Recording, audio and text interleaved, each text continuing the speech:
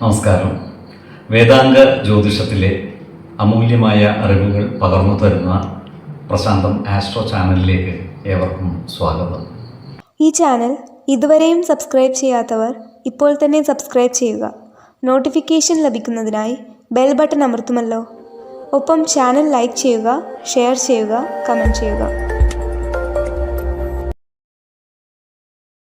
കൊല്ലവർഷം 1199 ധനു സംക്രമം തിരുവോണം നക്ഷത്രത്തിലാണ്.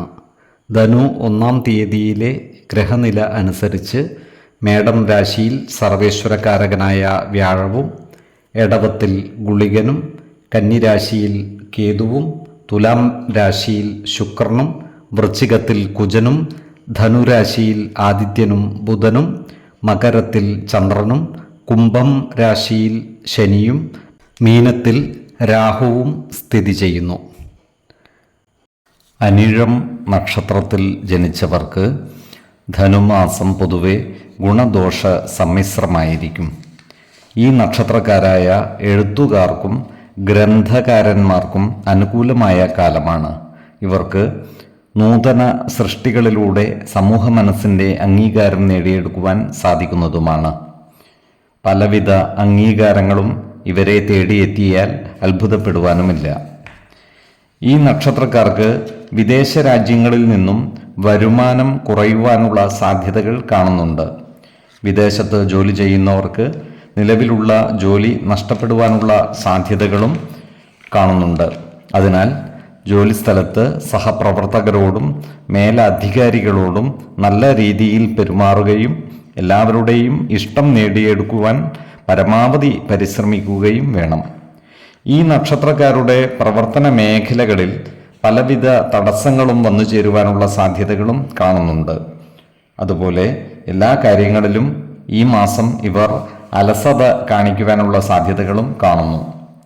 അതിനാൽ ഏറ്റെടുക്കുന്ന പ്രവൃത്തികൾ കൃത്യനിഷ്ഠതയോടെയും ആത്മാർത്ഥതയോടെയും സമയബന്ധിതമായി പൂർത്തിയാക്കുവാൻ പരമാവധി പരിശ്രമിക്കേണ്ടതുമാണ്.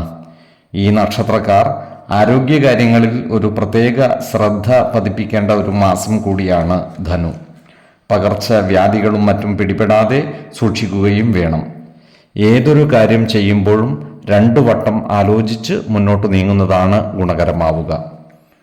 6, 15, 25 തീയതികൾ അനുകൂലമാണ്. തൃക്കേട്ട നക്ഷത്രത്തിൽ ജനിച്ചവർക്ക് ധനുമാസം പൊതുവെ ഗുണദോഷ സമ്മിശ്രമായിരിക്കും. ഈ നക്ഷത്രക്കാർക്ക് സാമ്പത്തിക നേട്ടം ഉണ്ടാകുന്നതാണ്. കടം കൊടുത്ത തുകകളും മറ്റും തിരിച്ചു കിട്ടുന്നതിനുള്ള സാധ്യതകൾ കാണുന്നുണ്ട്.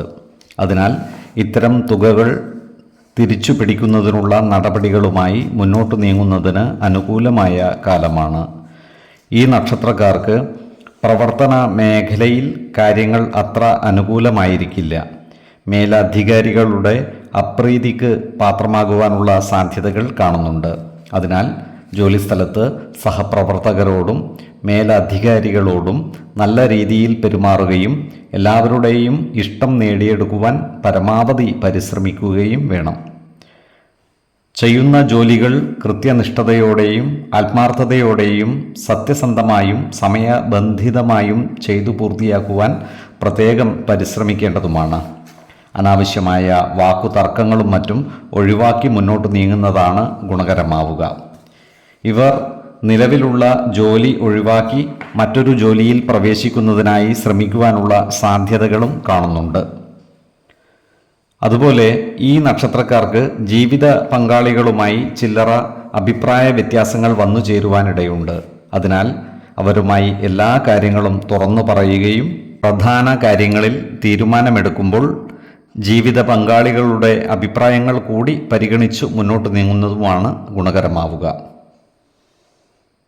ഈ നക്ഷത്രക്കാർക്ക് ഭാഗ്യക്കുറവ് മൂലം ചില കാര്യങ്ങളിൽ നഷ്ടങ്ങൾ വന്നു ചേരുവാനുള്ള സാധ്യതകളും കാണുന്നുണ്ട്. എന്നാൽ ഈശ്വര കടാക്ഷത്താൽ ഏതു പ്രതിസന്ധികളെയും അതിജീവിച്ചു മുന്നേറുവാൻ ഇവർക്ക് സാധിക്കുന്നതുമാണ്. 2, 8, 18 തീയതികൾ അനുകൂലമാണ്. മൂലം നക്ഷത്രത്തിൽ ജനിച്ചവർക്ക് ധനുമാസം പൊതുവെ ഗുണദോഷ സമ്മിശ്രമായിരിക്കും. ഈ നക്ഷത്രക്കാരായ രാഷ്ട്രീയക്കാർക്ക് കാര്യങ്ങൾ അനുകൂലമാണ്. ക്രിയാത്മകമായ പ്രവർത്തനങ്ങളിലൂടെ സമൂഹ മനസ്സിൻ്റെ അംഗീകാരം പിടിച്ചുപറ്റുവാൻ ഇവർക്ക് സാധിക്കുന്നതുമാണ്. ഉയർന്ന പദവികളും അധികാരങ്ങളും ഇവരെ തേടിയെത്തിയാൽ അത്ഭുതപ്പെടുവാനുമില്ല. എന്നാൽ ഈ നക്ഷത്രക്കാർക്ക് കർമ്മ മേഖലയിൽ കാര്യങ്ങൾ അത്ര അനുകൂലമായിരിക്കില്ല. ജോലിസ്ഥലത്ത് അപ്രതീക്ഷിതമായ പല പ്രശ്നങ്ങളെയും അഭിമുഖീകരിക്കേണ്ടതായി വരുവാനുള്ള സാധ്യതകൾ കാണുന്നുണ്ട്. കൂടാതെ ജോലിയിൽ കിട്ടേണ്ട പ്രൊമോഷനും മറ്റ് ആനുകൂല്യങ്ങൾക്കും കാലതാമസം നേരിടുവാനുള്ള സാധ്യതകളും കാണുന്നുണ്ട്. അതിനാൽ ജോലിസ്ഥലത്ത് സഹപ്രവർത്തകരോടും മേലധികാരികളോടും നല്ല രീതിയിൽ പെരുമാറുകയും എല്ലാവരുടെയും ഇഷ്ടം നേടിയെടുക്കുവാൻ പരമാവധി പരിശ്രമിക്കുകയും വേണം. ഈ നക്ഷത്രക്കാരോട് പൊതുവെ ശത്രുതാ മനോഭാവം പുലർത്തുന്നവരുടെ ശല്യം കൂടുവാനുള്ള സാധ്യതകൾ കാണുന്നുണ്ട്. എന്നാൽ ഇത്തരക്കാരെ തിരിച്ചറിഞ്ഞാൽ അവരുമായി നല്ല സ്നേഹ സൗഹൃദ ബന്ധങ്ങൾ നിലനിർത്തുവാൻ പരമാവധി പരിശ്രമിക്കുകയും വേണം. സുഖകരമല്ലാത്ത കൂട്ടുകെട്ടുകൾ ഒഴിവാക്കേണ്ടതും അത്തരം സൗഹൃദങ്ങളിൽ നിന്നും അകലം പാലിക്കുന്നതും ഗുണകരമായിരിക്കും. ഈ നക്ഷത്രക്കാർ വാഹനമോടിക്കുമ്പോൾ പ്രത്യേക ശ്രദ്ധ പതിപ്പിക്കേണ്ടതാണ്.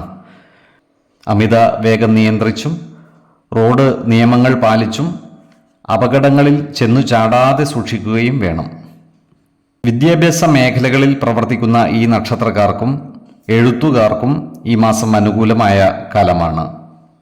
ഏതൊരു കാര്യം ചെയ്യുമ്പോഴും 2 വട്ടം ആലോചിച്ച് മുന്നോട്ട് നീങ്ങുന്നതാണ് ഗുണകരമാവുക.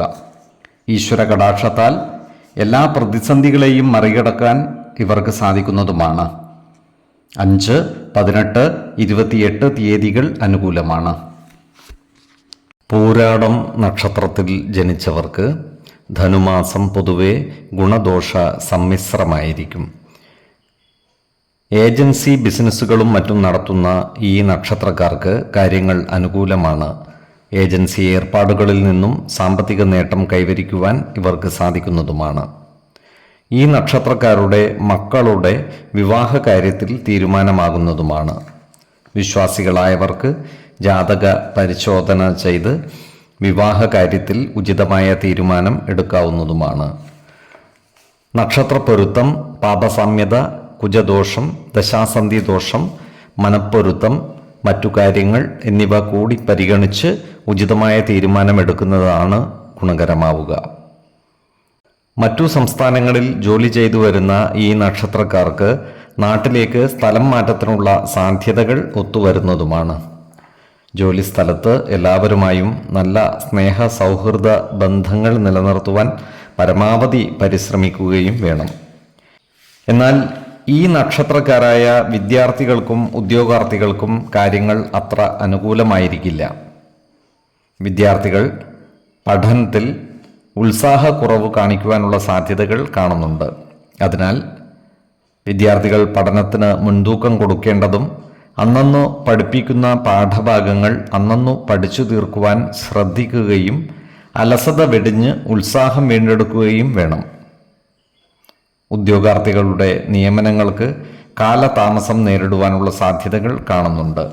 അതിനാൽ ജോലി നിയമനവുമായി ബന്ധപ്പെട്ട അധികൃതരുമായി സംസാരിക്കുകയും നിയമ തടസ്സങ്ങൾ നീക്കുവാൻ പരിശ്രമിക്കുകയും വേണം. ഏതൊരു കാര്യം ചെയ്യുമ്പോഴും 2 വട്ടം ആലോചിച്ച് മുന്നോട്ട് നീങ്ങുന്നതാണ് ഗുണകരമാവുക. 10, 20, 30 തീയതികൾ അനുകൂലമാണ്. ഈ നക്ഷത്രക്കാർ ജനിച്ച സമയത്തെ അടിസ്ഥാനമാക്കിയുള്ള ജാതകത്തിലെ ലഗ്ന രാശിയുടെയും ലഗ്ന അധിപൻ്റെയും സ്ഥിതിയും ശുഭ-പാപ ഭാവങ്ങളുടെ സ്ഥിതിയും ഓരോ രാശിയിലെയും ഗ്രഹങ്ങളുടെ സ്ഥിതിയും അനുസരിച്ച് ഇവരുടെ പൊതുഫലത്തിൽ ഏറ്റക്കുറച്ചിലുകൾ ഉണ്ടാകുവാനിടയുണ്ട്. കുടുംബ ദേവതകളെയും ഇഷ്ടദേവതകളെയും ഉപാസിക്കുന്നത് ഇവർക്ക് ആയുരാരോഗ്യ സൗഖ്യമേകും. ഇഷ്ടദേവതാ മന്ത്രം 108 തവണ ദിനംതോറും ലിഖിത ജപം ചെയ്തു വരുന്നത് ഇവർക്ക് സർവ ഐശ്വര്യങ്ങളുമേകും.